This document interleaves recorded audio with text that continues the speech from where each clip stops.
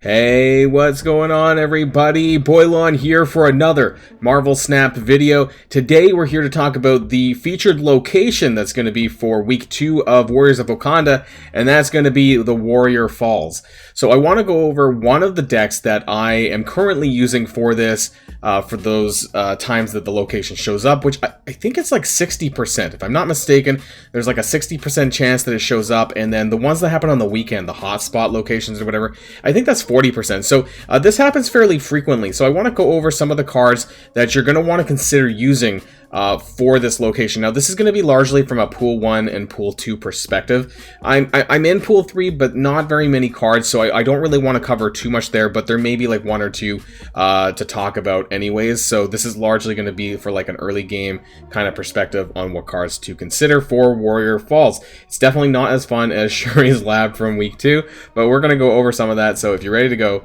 then let's boil this down.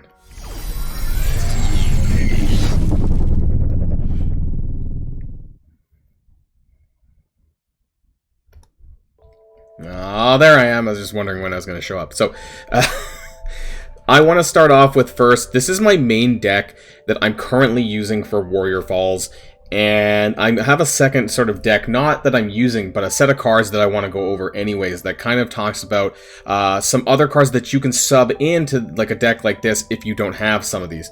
Now, these are a combination of Pool 1 and Pool 2 cards, and there's a variety of different reasons that you're going to want to use these. And so for those of you who have not played too much in Warrior Falls, because it hasn't been around until now, it's not super fun in my opinion. It's basically whoever's the strongest at that location, with a few caveats, of course, is going to end up destroying the other card that's there, whether it's on your side or on the enemy's side. So I'm actually going to start off with going the reverse. Instead of starting with my 1 energy cards, I'm going to start off with my 6 energy card.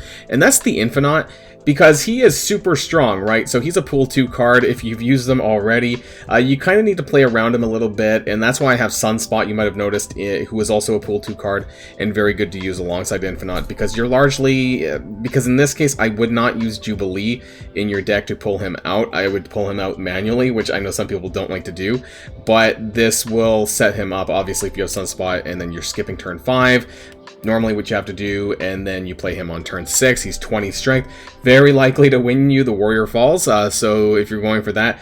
This particular set of cards that I'm running is actually going for a 2-location win strategy, so I'm specifically only playing, usually, on 2 locations, depending on what other locations are in the game. Of course, there's some RNG and some randomness to that it might not always work out that way.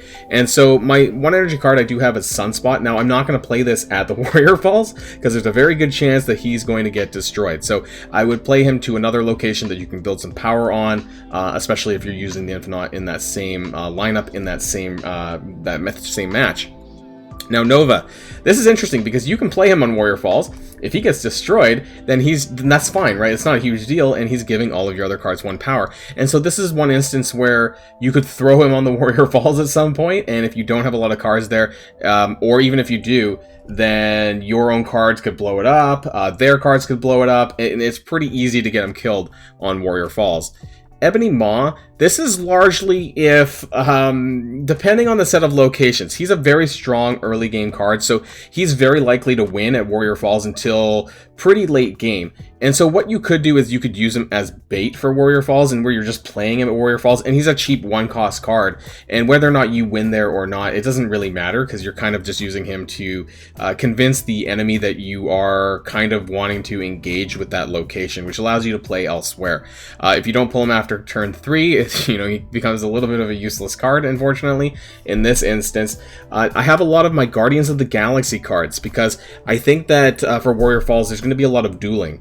And what I mean by dueling is that you're going to be kind of playing cards there to try and beat your opponent, and so they're very good at kind of overcoming them. But of course, only the best card will win unless you have some way to mitigate that. So Star-Lord will go from 2-2 to 2-5. I have Groot, who goes from 3-3 to 3-6, and then I have even Gamora. Now, I'm only going to play this if Infinite is not in my hand. Otherwise, I will defer to using the Infinite. 5-7 turning into 5-12. Some other really good cards that you can use here is Hulk, sorry, not Shang-Chi, we'll talk about that. Hulkbuster, because when you fuse Hulkbuster with another card, then that will still remain the one card at that location, and that way, you know, you can just power up the existing card that you have there even stronger. So if it's someone like, say, Star-Lord, who you activated to 2/5, you can get him to 2/9. Groot, for example, 3/3 to 3/6, and then 3/10 with Hulkbuster, and so on and so forth. Warpath is a really another good card here too as well, because I've been using a lot of, like I said, kind of battling for 2 locations, and so that's been allowing to give him to 4/9, which is a very strong thing. Combining with Hulkbuster takes him to 4/13, and so that's a really strong card just solo if you're using him at Warriors Falls. Now, there's a few other nuances that I do want to talk about.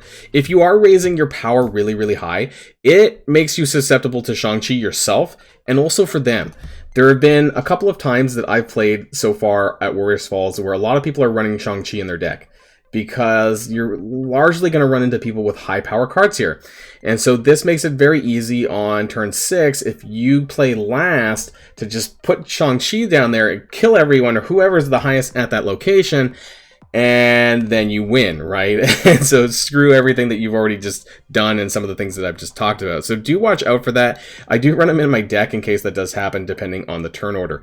Armor. This has to be talked about because this actually basically negates the entire location. So if you're running armor, then cards cannot be destroyed at this location. So anytime that they try to do that, it just doesn't happen. It just negates that completely. So, you know, you could really, if you really hate this location and don't want to engage with it, just plop armor down and you're fine and you're good to go, and you can do whatever the hell you want, you know, with your other cards. And in fact, you could probably run other decks as long as you're running armor in there, but don't play to the location unless you're winning and or have armor with you as well.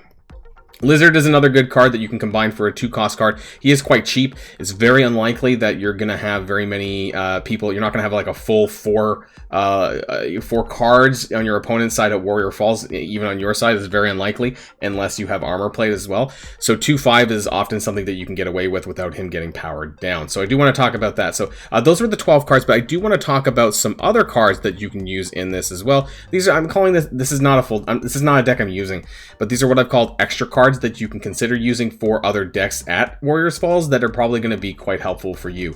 And the first one's going to be Scorpion. Now this is 2/2, but afflicts cards with... Scorpion is a pretty standard card that you can use in a lot of decks because he just gives -1 power to all of your enemies' cards in their hand. And this can be really helpful as well for Warrior Falls and just not winning that location, because it's going to help you win over them. Armor, once again, Colossus 2/3, so he can't be destroyed. So you can basically add your power with whatever other card that you have there with Colossus, and that kind of brings the total up +3 because he cannot be destroyed. So even if they try to destroy Colossus, it's not going to work. The only problem is if he remains the weakest card rather than your enemy, then every single turn it's going to try to kill Colossus rather than the enemy. And so in a way, this actually allows your opponent to be able to play more cards at Warriors Falls as well, as long as they're higher than 3. So do keep that in mind as well when you're using Colossus.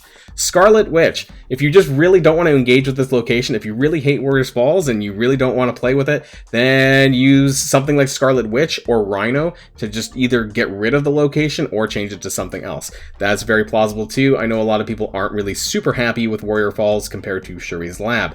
Similar notion, you know, the Storm Jessica Jones combo is very strong right now, so a lot of times you could do this on any location, but specifically you could do this on Warrior Falls as well, because if they haven't played there yet because they don't like it, run Storm. If you have Jessica Jones in your hand, the double combo often will win you a location, unless they're playing with a movement deck, in which case you can actually move into the Flooding and the Flooded afterwards, so you can't play to there, but you can move in there. So if you're playing against a movement deck, this probably is not a good idea, but otherwise you could still do that, and that's why Jessica Jones is here. Player right after you play Storm, so it goes 4/4 into 4/8, and so with Storm that gives you about 10 power. Usually is enough to win you a location, like I said, unless they have movement cards. So do keep that in mind as well. Hulkbuster, Shang-Chi, Warpath, Black Panther. So it's funny, right? Because this whole season is Black Panther and Wakanda related. Yet, you know, if he's the only card you're playing there, you're only going to get to 5/8. Unless you have some other way to boost him with Forge or Forge, Okoye, some other way to boost him before you play him. You know, 5/8 is not super impressive by any means, unless you're, once again, being able to... Hulkbuster is a very strong card here because, you know, it allows you to keep a single card at Warriors Falls if that's what you want to do, but then bump the power of that card a little bit further. So I do like that in conjunction with basically anything. And then, of course, if you're in, like, early Pool 1, you don't have Infinite or even don't want to play Infinite, then there's always the Hulk.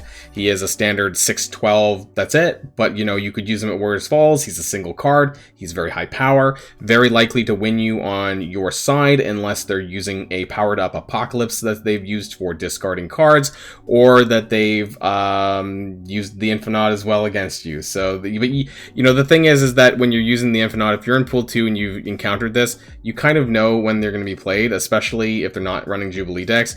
You know that they're going to skip turn 5 in order to play this. So if you see them play nothing on turn 5, that's a definite red flag for the Infinite, and so I would just be aware of that and caution, knowing that that's coming. I would probably, maybe if you can't win, obviously I would play somewhere else, so keep that in mind too.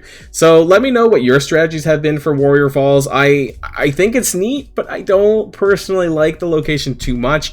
I'll probably have some more actual deck gameplay footage coming pretty soon. I just wanted to go over some cards that might be helpful for you all to be playing during this time period, which is a 48-hour featured location period. Now, as of recording this video, it has been, you know, it's already been a little while anyways, but I believe that this should be running until Thursday night, so there's definitely still some more time to be seeing this, and good luck, everyone, because you might need it. Only the strong will survive.